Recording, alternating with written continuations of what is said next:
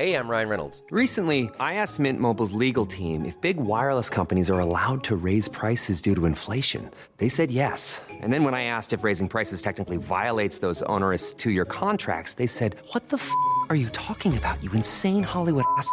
So to recap, we're cutting the price of Mint Unlimited from $30 a month to just $15 a month. Give it a try at mintmobile.com/switch. $45 upfront payment equivalent to $15 per month. New customers on first 3-month plan only. Taxes and fees extra. Speed slower above 40 gigabytes. See details.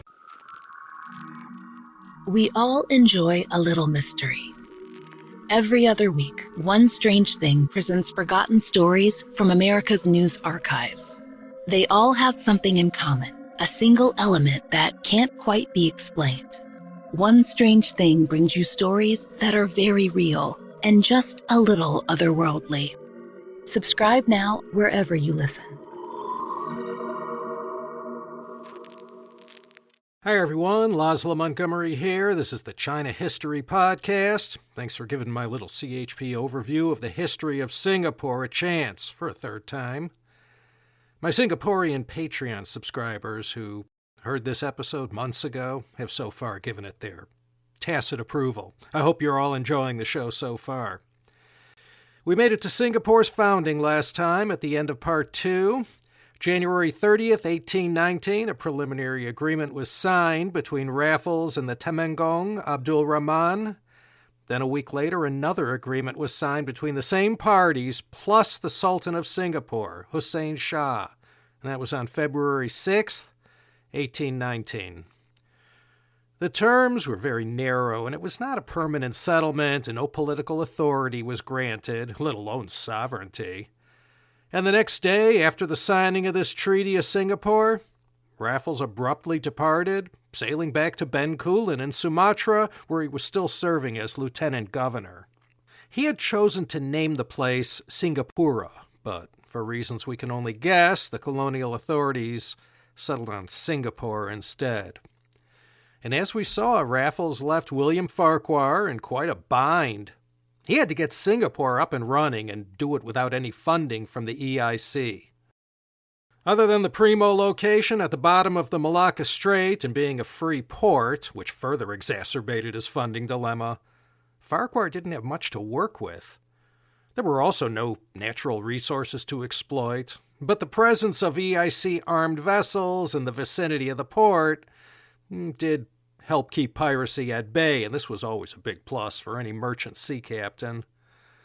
What William Farquhar had in his favor was his reputation and the esteem of the Melaka merchant community who had come to know him during his period serving there.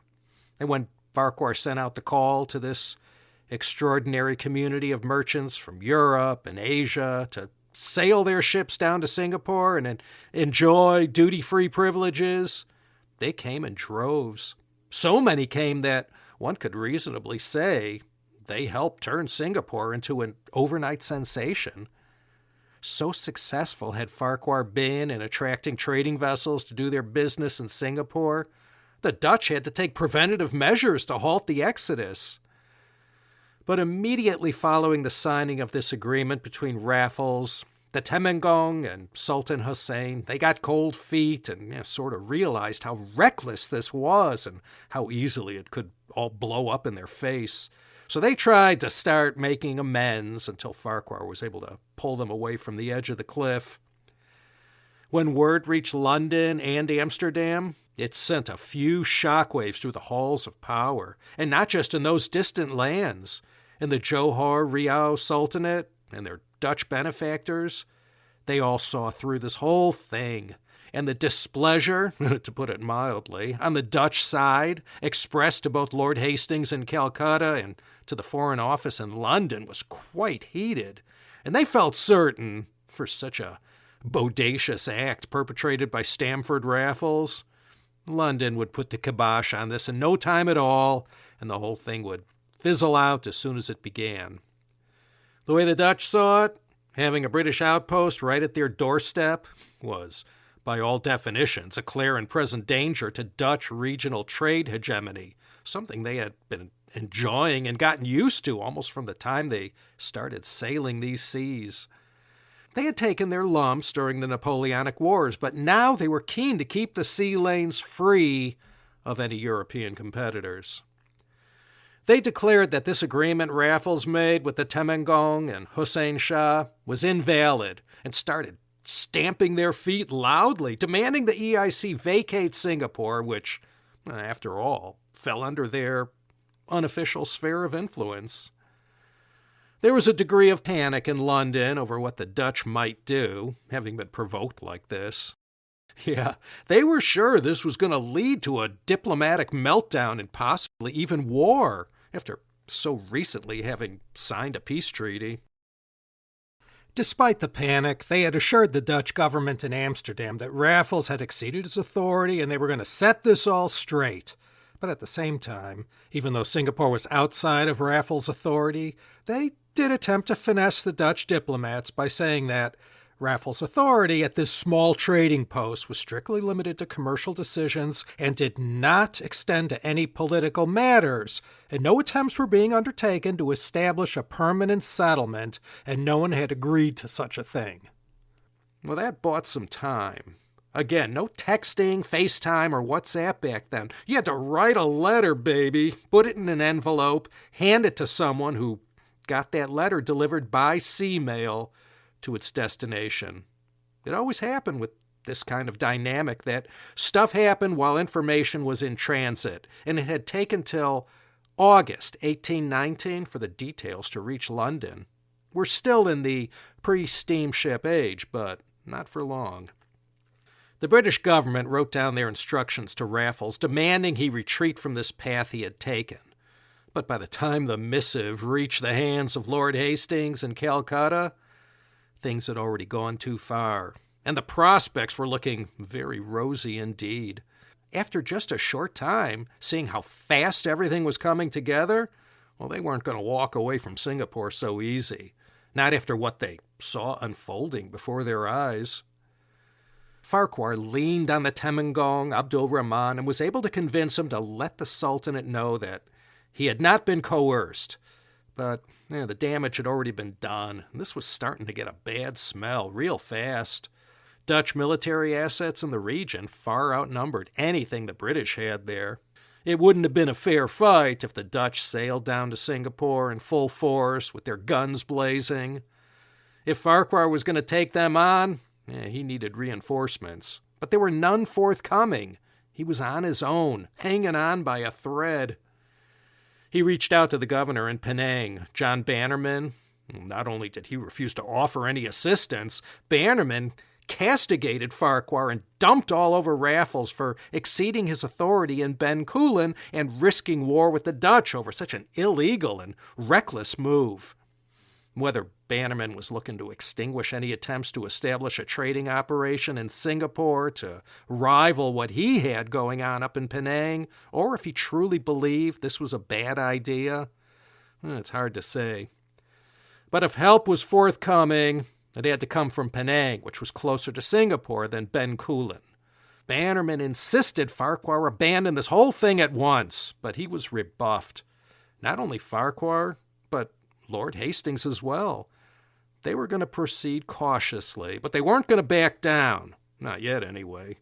These two men had no idea what Singapore's role in the world would be in the 21st century, but they did have a pretty good idea how things could possibly pan out in the coming decades, and the prospects look quite promising indeed.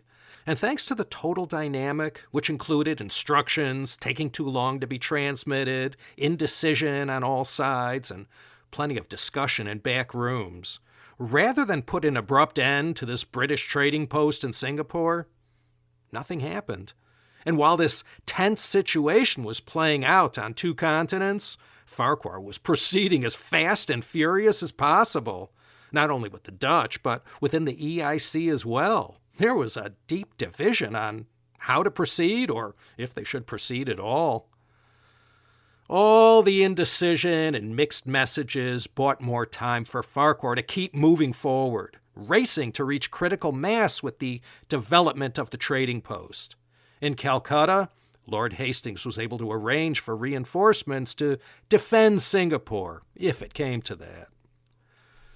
All of this would be resolved in the Anglo-Dutch Treaty of 1824, but prior to that, a treaty was signed in July 1820 that was meant to calm the waters and allow all sides to step back from the brink. This preliminary treaty laid the groundwork for a more comprehensive agreement concerning what to do about Singapore and other unresolved regional issues regarding who controlled what territories in that part of Asia. The game of risk, 137 years before the invention of the actual game. Into the early 1820s, while EIC and British diplomats were negotiating with their Dutch counterparts, Farquhar was busy transforming Singapore, and he was doing a masterful job. He had all those years of experience in this part of Asia. He had a network of contacts that he was able to call on for support in kickstarting this new trade entrepot. His pitch was that Singapore offered merchants the benefit of being the only free port in the region, as well as the deepest port in these waters. Raffles may have been the one to plant the flag, but all of the earliest heavy lifting and stress was left to William Farquhar to deal with. You could see what was going on. This was a gutsy move by Raffles. Whatever smoke and mirrors and illusions Raffles was able to create, taking advantage of the ambiguity that existed following the usurpation of the Sultan's throne, he kind of kept everyone on their back foot. The greatest objection was the obvious one. As far as the Dutch saw it, he was squatting squarely inside their sphere of influence. And all things considered, this was arguable. But a reasonable person, not a local of course, might side with the Dutch on this matter. Raffles had returned to Singapore on May 31st, 1819. In such a short time, Farquhar had performed miracles, gaining some traction and creating something out of nothing. Raffles used the opportunity to sign another agreement with the Temenggong and Sultan to nail down the boundaries of the trading post. And he also drew up a plan for segregated neighborhoods laid down on top of a grid of streets. As part of his urban planning scheme, each ethnic community would reside in their particular neighborhood, and they would each have one leader, called a kapitan, who would handle law and order within their respective communities and represent the people in matters involving the government administration. And this organizational model was also used with some modifications in Chinatowns across the United States. Then on June 28, 1819, Raffles departed again for Bencoolen and wouldn't return until October of 1822. At the outset, beginning in 1819, Farquhar had a staff consisting of a single clerk. He hired a second one afterwards, but had to pay the salary out of his own pocket. Farquhar, as first resident, had pretty much created an oasis out of the desert, so to speak. It had come a heck of a long way since Raffles had first left in February 1819. As first resident, Farquhar had begun the task of clearing jungles, draining swamps, exterminating vermin, and dealing with so many other practical measures to improve the most essential infrastructure. And knowing who buttered Singapore's bread, there was great attention paid to the harbor and port facilities. So how did Farquhar raise sufficient enough monies to fund the new operation on Singapore? Well, even though the religious and almost puritanical Raffles told him not to do this, Farquhar went and sold licenses to control the age-old sins of humankind: gambling, drugs, booze, and trafficking in human beings. This proved to be quite lucrative and funded many necessary public works. What Raffles thought about all this, well, we'll get to that in a bit. The number one alcoholic beverage around these parts was arak. This is a distilled alcoholic drink that gets its kick from the fermented sap of coconut flowers or sugar cane, along with any number of grains. It ranges from 66 to 100 proof, and that was a popular tipple that many folks back then might enjoy at the end of a long day. In order to transform Singapore into the overnight success it became, Farquhar had to make a lot of decisions that went against the instructions and the vision of Stamford Raffles. He was the man on the spot. On almost a daily basis, there were too many urgent decisions that had to be made that couldn't wait 6 or 8 weeks for an okay from Raffles over in Bencoolen. To make things work, Farquhar had to stick his neck out and choose pragmatism and his own judgment over the instructions he was given. And in taking the steps he did, there's no denial that William Farquhar was as much of a co-founder of Singapore as Sir Stamford Raffles. In October 1822, Raffles returned to Singapore. He was then 39 years of age. In our day, that's still young, at least from where your humble narrator is currently perched on the tree of life. But back then, that was middle age, and he was planning to retire. So this 1822 visit to Singapore was his last. He never returned, and as you could see, for his first 2 visits to Singapore, he hardly stayed there at all. You'd think Raffles would have been pleased with how everything was working out. Well, he wasn't. First of all, selling licenses to engage in the kinds of sinful enterprises that Farquhar had allowed to thrive in Singapore just outraged Raffles. How Farquhar had carried out relations with the Temenggong and the Sultan and deferring to them so often just set Raffles' teeth on edge. Raffles did not share Farquhar's philosophy as far as how the company was supposed to deal with the natives. Allowing them a voice in political matters was right out. Then there was the matter of how Farquhar had carried out urban planning, where he placed the port, where he allowed the traders to build their factories or warehouses, how Farquhar had allocated land, really rubbed Raffles the wrong way. Raffles had given unambiguous instructions: no selling of land or creating the impression of a permanent settlement. But if Farquhar had to go to all these traders flocking to Singapore from Melaka and tell them, well, they could trade, but they couldn't buy any land to build a warehouse, well, they'd turn heel and head back to where they had come from. So he sold land, raised revenue to build more public works. He gave the merchants what they wanted, and warehouses were built, and consequently, business took off like a rocket. Raffles had specifically instructed commercial warehouses should be limited to the shore at Kampong Glam.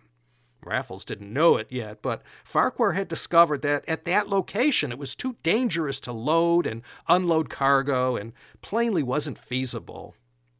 Raffles had something a little more puritanical and romantic in mind as far as the vision he had and what he hoped he would come back to in 1822. The Singapore he dreamed about bore little resemblance to the practical but, slightly disheveled working community Farquhar had been able to grow from nothing except his connections and past experience in Malacca. Besides all of these matters that infuriated Stamford Raffles and all the consequences William Farquhar would bear because of that, the chemistry had never been positive between these two. Raffles didn't like him, and as far as he saw the whole thing, Singapore was his baby, and he had no sympathy for the notion that Farquhar was the man on the spot who had to go ahead with all these practical but dubious measures to achieve the company's objectives. Well, Farquhar wasn't the first and wasn't the last person in charge who had adopted the strategy of not minding whether a cat was black or white as long as it caught mice. So Raffles, in the 8 months he spent in Singapore, the longest stretch he'd ever spend there, he began giving the place a total makeover. He meticulously organized where everything was to be set up.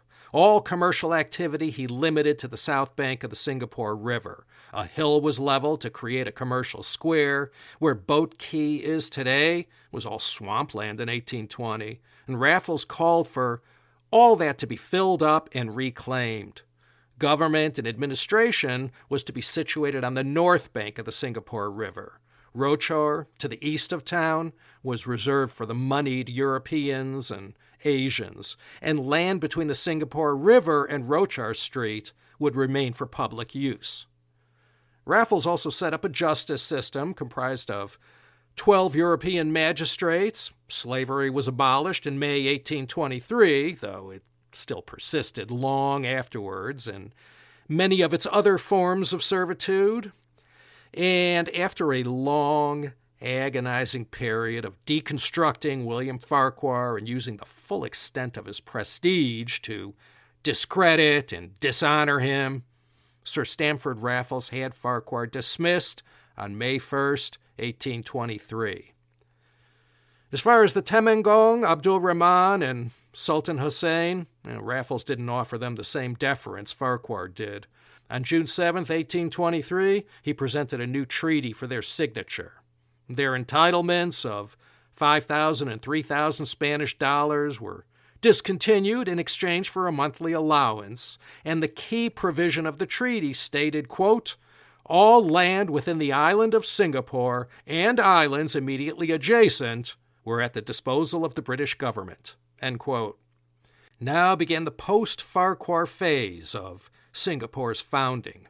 The subject of Raffles and Farquhar has created a whole cottage industry of amateur and professional historians who argue for and against who was more responsible for the founding of Singapore in 1819 and for its early success. And that parlor game is still going on. Whatever monuments to William Farquhar's existence, statues, gardens, street names, or conspicuous indications pointing to his early contributions have long disappeared and sort of been paved over. Nonetheless, the National Museum of Singapore called him the co-founder, along with Raffles. Farquhar left Singapore in December 1823. The stories of the send-off that the people gave him were extraordinary. If these reports were true, then he was respected and highly regarded. Most of the history books I used all noted there was a much smaller send-off for Raffles upon his final departure from Singapore on June 9, 1823. Farquhar went up to his former residence in Penang for a stretch and then retired from the British East India Company in 1826. And he lived his last years up in Perth, Scotland, birthplace of Ewan McGregor, and he lived another 16 years and passed away in May 1839. Succeeding Farquhar as first resident to Singapore was John Crawfurd. That's Crawfurd, F-U-R-D. Remember him? I mentioned last episode that he was part of the unit that attacked and destroyed the palace in Yogyakarta. He was now in charge. Once they all survived the initial fears of sparking a war with the Dutch, and after they saw the early success of Singapore, everyone in the EIC and in Britain fell into line as far as allowing the cement to dry on this brand new jewel in their Asian colonial crown. By this time in the 1820s, one truly had to wonder, how was it that it had taken this long to recognize the perfect location of Singapore and its deep-water port? Had this small but well-placed island been hiding in plain sight all this time? Why hadn't all the regional powers going back to even before Srivijaya not waged wars to control and develop Singapore for themselves? Raffles sailed home with his wife and surviving children. One more child would perish on Bencoolen. He had lost 4 of his children to the diseases that haunted the tropics. The vessel he boarded to take him back to England, the Fame, caught fire early in the voyage. Raffles and his family, well, they survived, but 122 crates filled with his books, documents, specimens of flora and fauna, and personal notes covering the entirety of his career went down with the ship. And on top of all the personal tragedies he had endured, this one hit hard. Besides all that, Raffles was not a well man. When he arrived home in Britain in August 1824, he spent a long period of time recovering from his various afflictions and personal losses. He got to enjoy a few years of being the famous and celebrated Sir Stamford Raffles, but when he died on the eve of his 46th birthday on July 6, 1826, he had to have wondered why fate had been so kind to him, yet so cruel in the end. Denied a pension by the company, whatever remained of his estate went to the British EIC to cover expenses in Bencoolen and Singapore that he was personally held accountable for. Many historians and critics argue his symbolic importance outweighed his personal accomplishments. In his day, as well as after he left his earthly form, Stamford Raffles has come in for a lot of criticism, particularly as a credit grabber, self-promoter, and gross exaggerator of his achievements. Not the happy ending that other celebrated British men of his age got to enjoy. His statue in Westminster Abbey that I saw last time I was in London said of Raffles, quote, "To the memory of Sir Thomas Stamford Raffles, LLD, FRS, Lieutenant Governor of Java, and First President of the Zoological Society of London. Born 1781, died 1826. Selected at an early age to conduct the government of the British conquests in the Indian Ocean, by wisdom, vigor, and philanthropy, he raised Java to happiness and prosperity unknown under former rulers. After the surrender of that island to the Dutch, and during his government in Sumatra, he founded an emporium at Singapore, where, in establishing freedom of person as the right of the soil and freedom of trade as the right of the port, he secured to the British flag the maritime superiority of the eastern seas. Ardently attached to science, he labored successfully to add to the knowledge and enrich the museums of his native land. In promoting the welfare of the people committed to his charge, he sought the good of his country and the glory of God." End quote. No one knew about Singapore one day becoming the busiest container port in the world, or an airport that was the gold standard around the world, or about its global importance as a financial center, the quality of its education system, and the students it would churn out decade after decade, or that their sovereign wealth fund would amass a net portfolio value of close to $300 billion. But the British knew this was going to become one of the best things that ever happened to Britain in all of their colonial history. So they played for keeps, and the Dutch probably felt if they were in the Brits' shoes, they wouldn't give it back either. I mentioned previously that in 1820, cooler heads prevailed, and the two sides started a discussion that ultimately led to this Anglo-Dutch Treaty of 1824, or as it's also called, the Treaty of London. This document performed the final mopping up to the Anglo-Dutch Treaty of 1814 that restored Dutch colonies and territories to the way it had been before Napoleon. In a move Pope Alexander VI would have approved, having done it himself at the Treaty of Tordesillas in 1494, dividing the world up between the Kingdom of Portugal and the Crown of Castile, the Malay Peninsula went to Britain, and all that makes up Indonesia today went to the Kingdom of the Netherlands. The Dutch had to walk away from Malaysia, including Malaka and Johor, and the British, they had to abandon Bencoolen and all other smaller posts on Sumatra. Dutch establishments in India were ceded, and both sides essentially agreed not to step on each other's toes, and all the details down to the smallest island and who controlled it were agreed to. The Dutch officially withdrew their opposition to British actions in Singapore, and that put that dicey affair to rest. So now each side's spheres of influence were clearly demarcated, sort of reminiscent to that unforgettable 1898 French political cartoon known as The Chinese Cake. Now that this was all worked out, everybody buckled down and got ready to create some serious wealth and make tons of money. The whole purpose of a colony. The first census was held in that year, 1824. 10,683 people now lived on Singapore. 60% were either Malay or Bugis. In only a couple of years, after word got out about the prospects in Singapore, enough Chinese migrated there to become the most populous ethnic group on the island. The 1826 census counted 6,088 Chinese, of which only 5% were women.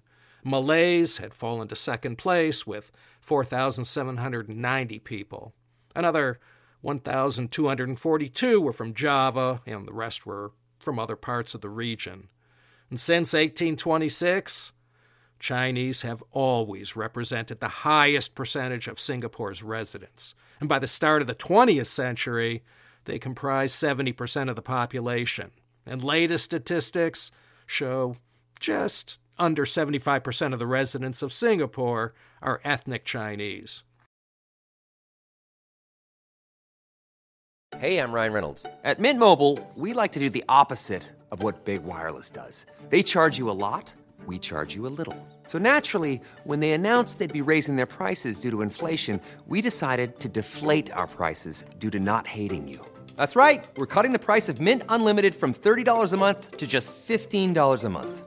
Give it a try at mintmobile.com/switch. $45 upfront payment equivalent to $15 per month. New customers on first 3-month plan only. Taxes and fees extra. Speed slower above 40 gigabytes. See details. Getting back to John Crawfurd, he was another East India Company veteran, and like Raffles, also a scholar of Malay and Javan history, culture, and language. And he, too, had written a great scholarly work, and this 3-volume monograph was called The History of the Indian Archipelago.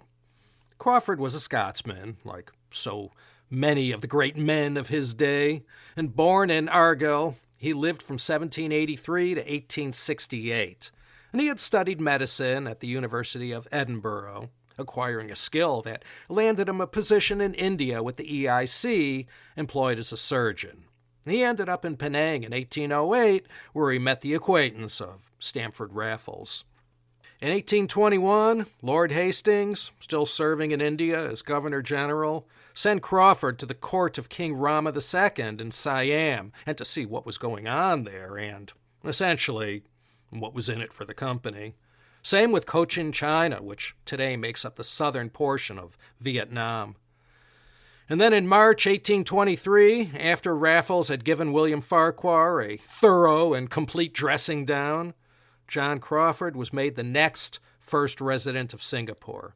His notable achievement during his 3-year, 2-month period of service was the final agreement made between the East India Company and the Temenggong and Sultan. The British side didn't have to force them to sign this treaty at gunpoint on August 2, 1824, but when the Temenggong Abdul Rahman and Sultan Hussein Shah signed their names to the document, they knew they had been had. They had used the EIC to prop themselves up politically in the Johor Riau Sultanate and achieved their short-term objectives. Although they had obtained EIC recognition, in the end, they had to give it all away. It was called the Treaty of Friendship and Alliance, and they signed it right where Fort Canning Park is today. Singapore and all surrounding islands were ceded to the East India Company. In return, they handed the Temenggong and Sultan a sizable chunk of change, 20,000 Spanish dollars. They were also given a comfortable allowance and a place to reside. Crawfurd even granted the 2 Malay rulers cancellation of all debts owed. But Crawfurd, realizing having these 2 respected Malay rulers on site, posed a potential political headache. And after second thought, Crawfurd offered them a very sweet deal to vacate Singapore altogether, which they did. In the 1819 and 1823 treaties that Raffles had signed, the British were still sharing power with the Temenggong and Sultan. And now, in 1824, with Singapore ceded in perpetuity, they were their own masters and had full sovereignty over the island and surrounding environs 10 miles out. Crawfurd was no different than Farquhar in that he axed a lot of Raffles' ambitious and more romantic ideas. He threw Raffles' ban on vices right out the window and allowed the sale of opium and gambling, taxing these necessities of life for some in order to raise funds. Whatever shortfalls there were in government coffers were more than made up for by the licensing of these age-old sins. When Raffles declared that Singapore should operate as a free port, what he had in mind was no duties charged on goods exchanged. There were still taxes and fees associated with using the port. Well, Crawfurd did away with those, and in so doing, made Singapore a true free port. He's remembered for bringing order and instituting many practical reforms and public services to Singapore in the post-Raffles Farquhar era. Raffles left behind a very detailed and well-thought-out plan for how to organize the town. Crawfurd carried out Sir Stamford's wishes, and the result brought an aesthetic and order to the new colony. It also aimed to keep the races and ethnicities in their own ghettos, so to speak. And this vision of Raffles had some staying power to it. Let me take a break from all this stuff and allow me to introduce just a few names to you so that you can get a feel for some of the people who got in on the game nice and early. I wanted to present a few of these earliest trailblazers. When we hear about Singapore's meteoric rise as a port and as an emporium of trade, well, to make that happen required people. All of the history books hold these following men up as early successes who stepped up as community leaders. One of the earliest great men of this time who heeded Farquhar's call to leave Malaka in 1819 was Tan Tock Seng, 1798 to 1850, Chen Tu Sheng in Mandarin. You know, I don't speak any of the major languages of Singapore's Chinese. Hokkien, Chaozhou, Hakka, Cantonese. I hope none of you will hold me in too much contempt if I use their Putonghua pronunciations. This is the first time you're hearing that name, Tan, T-A-N. In Mandarin, that's the surname Chen. Between now and the end of this series, you're going to hear that surname a lot.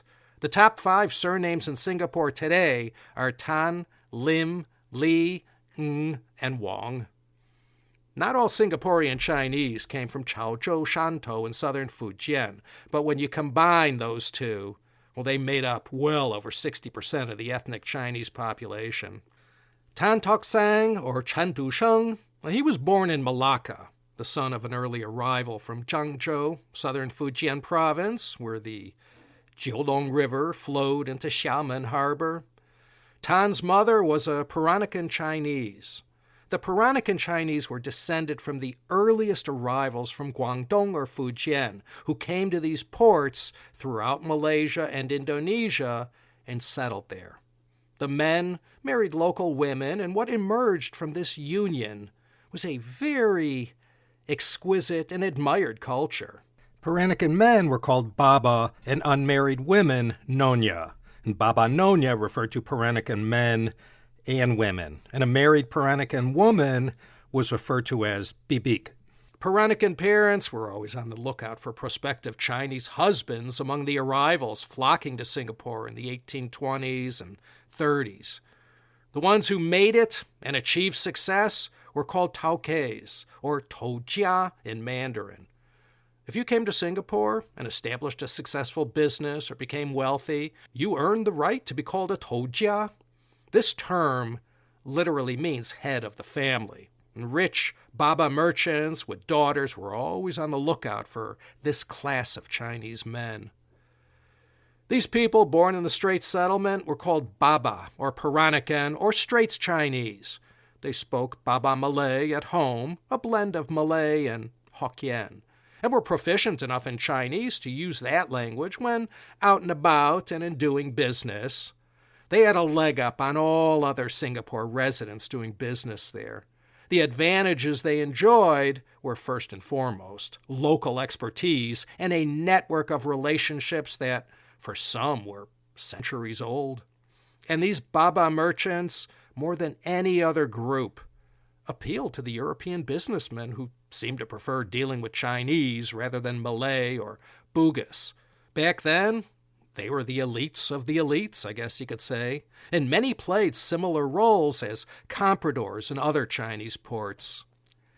In a story that is compelling, but at the same time so ordinary for Southeast Asia, Chen Tu Sheng arrived in Singapore, set up a roadside stall, and sold vegetables and poultry. And he lived frugally and parlayed his profits into his own shop, located at Boat Quay, purveying all kinds of local goods and necessities. And with Singapore's growth already in high gear, it wasn't that hard to achieve the kind of success he did. And when he had saved up enough, Tan Tock Seng engaged in land speculation with a local British trader and became incredibly wealthy, owning more than 50 acres of land in the most prime locations in Singapore. Tan Tock Seng, or Tan Tock Seng, he was known as the Capitan China, a title that was akin to the head of the Chinese Consolidated Benevolent Association. This title made him a kind of elder in the Chinese community who everyone deferred to and who handled disputes and other matters on behalf of the government. There were also similar titles for the Arab and Indian communities, not just in Singapore, but in Penang and Malacca as well. Tan Tock Seng's great monument to his memory was the financing of the Chinese Pauper Hospital, later known as the Tan Tock Seng Hospital. The institution was exactly what it sounded like, a hospital for the poor and destitute to seek and receive medical treatment.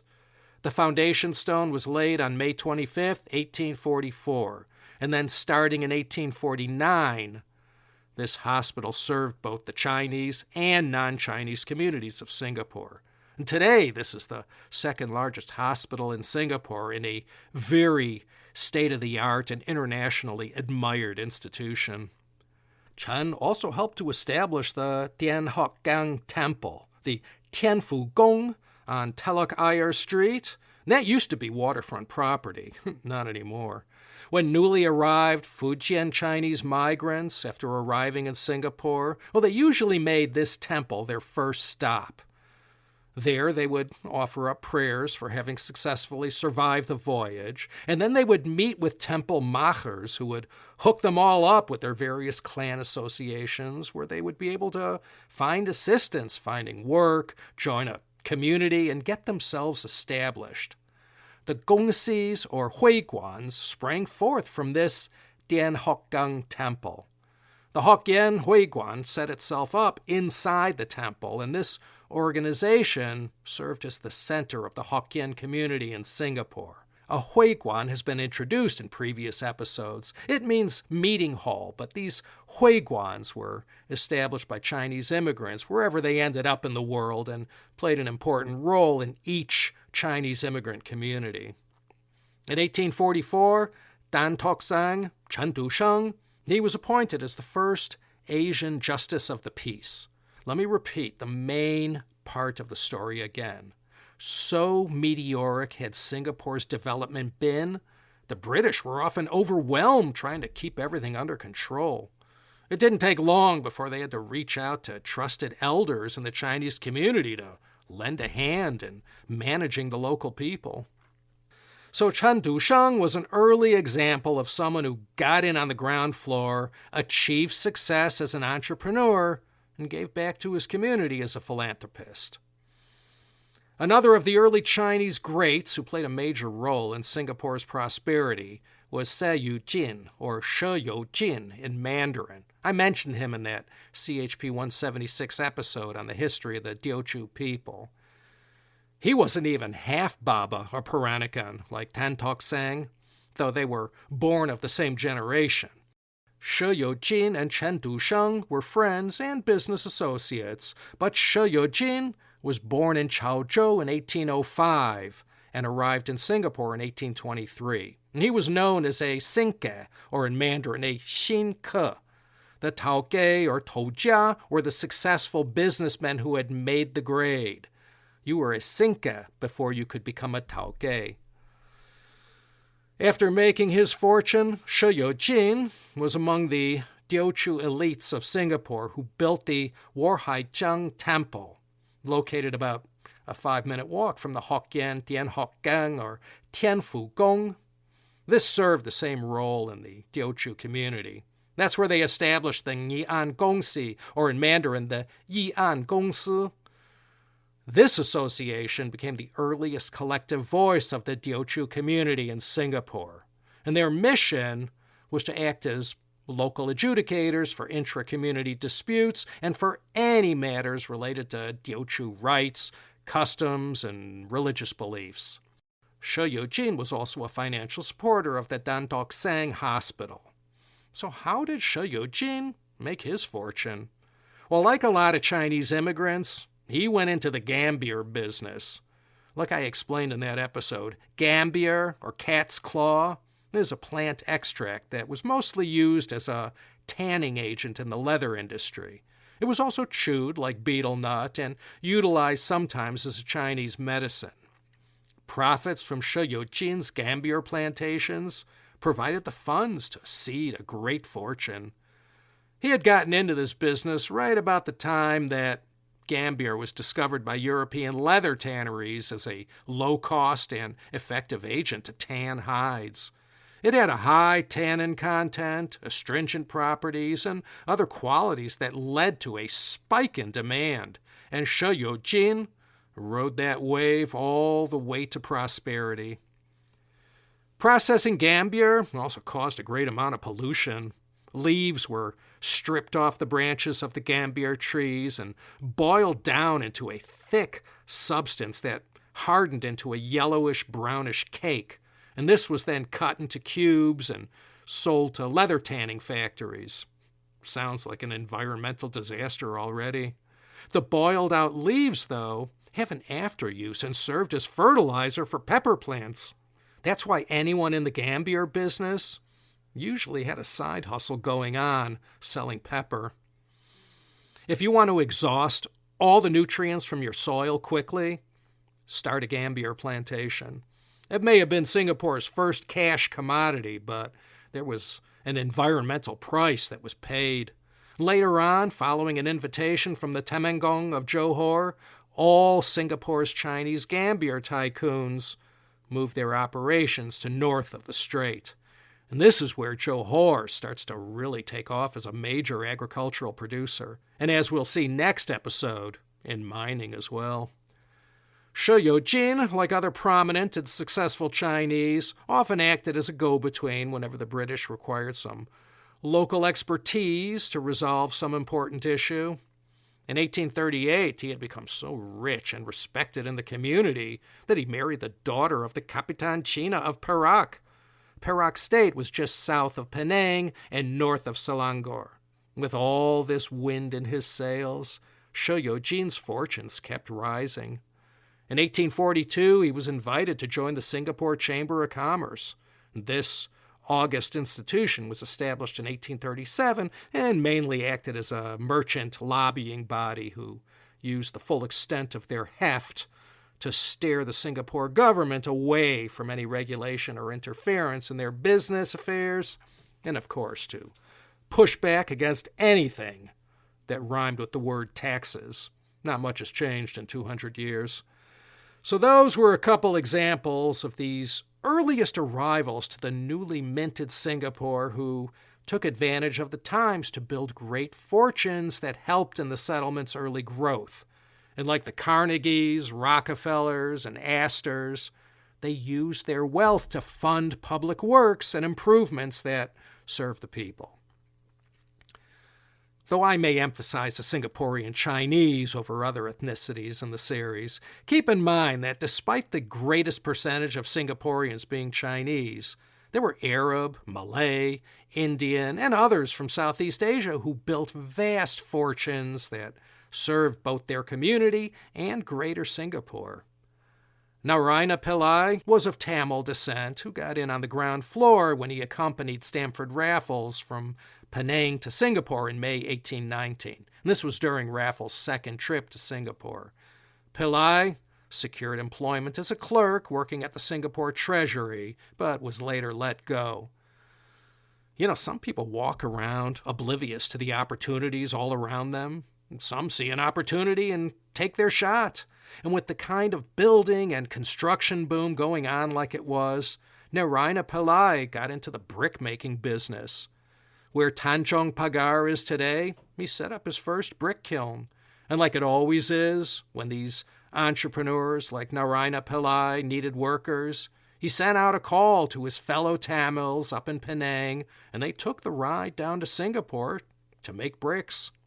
The Tamil people, well, going back 1,000 years, and maybe even more, were always among the great regional maritime traders. Among the work that they tended to dominate were as wholesalers who supplied goods to the capillaries of the consumer market. Their companies weren't the ones we remembered. The Tamils operated an army of small-time merchants who acted in the role of dollar stores and suppliers to niche markets.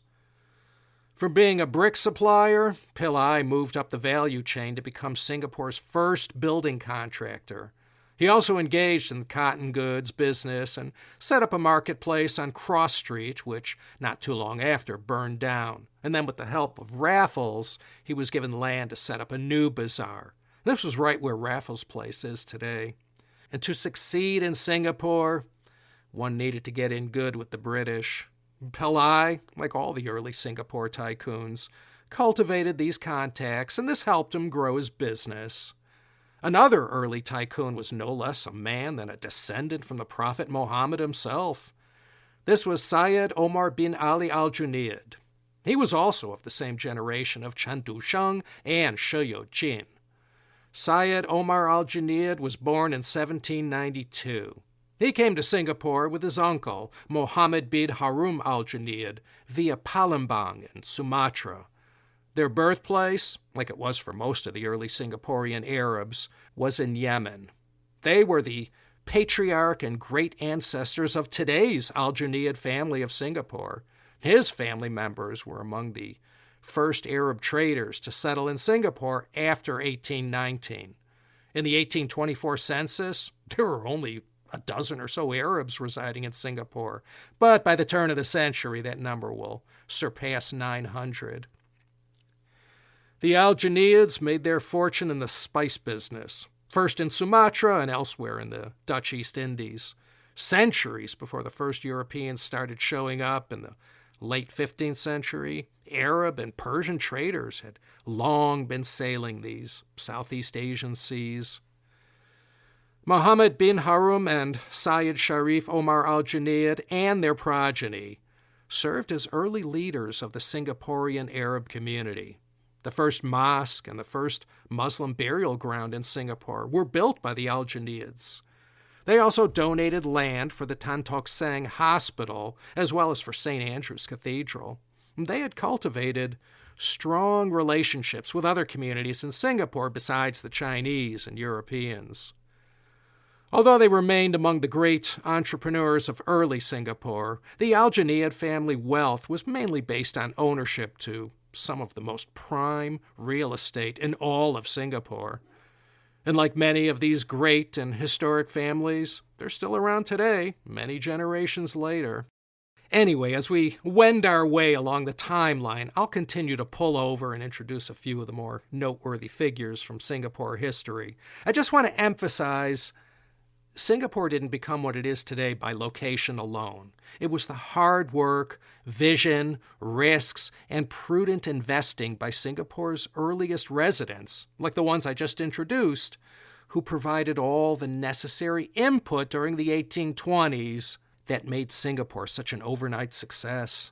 And because the British practiced extreme thrift when it came to public works and monuments, it was usually these earliest tycoons and tauques who stepped up and provided so many necessary services that brought relief to the public. As the fast pace of Singapore's growth continued into the 19th century, whatever existed just beneath the surface, buried underground, that remained from the 14th century Temasek or Singapura days, was about to get plowed under. Organized archaeological digs didn't really get going until 1984. So in the name of progress, this first incarnation of Singapore sort of was lost to time. Anyway, next time in part 4, we'll finish up with John Crawfurd as well as the 1820s and see what else was happening during this most formative of periods for Singapore. Until that time, this is Laszlo Montgomery signing off from Los Angeles, California, inviting you to come back again next time for another exciting episode of the China History Podcast.